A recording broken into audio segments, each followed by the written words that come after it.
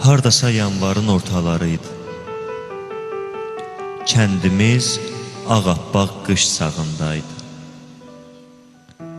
Fikrim qartopu oynamaqdaydı, pişiyim yorğanın qırağındaydı. Xoruzun səsi ilə gün başlamışdı. Atam əl damını qarışdırırdı. Əlinə üfürüb odun qırırdı, uzun çəkmələri ayağındaydı.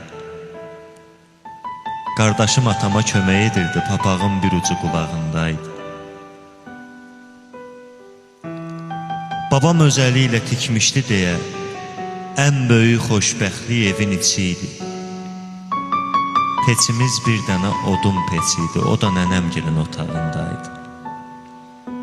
Nənəmsə qapıdan çölə çıxmırdı, soyuqlar düşəndən yatağındaydı.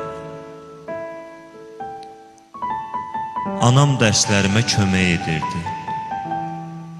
Oxudub şəhərə göndərəcəkdi. Bir əli həmişə üstümüzdəydi, bir əli fikirdən yanağındaydı. Çoxdandı saçların daramasa da darağı güzgünün qabağındaydı. Hardasa yanvarın ortaları idi, kəndimiz ağappaq qış sağındaydı. Küçədə uşaqlar dalaşırdılar, günah qonşumuzun uşağındaydı.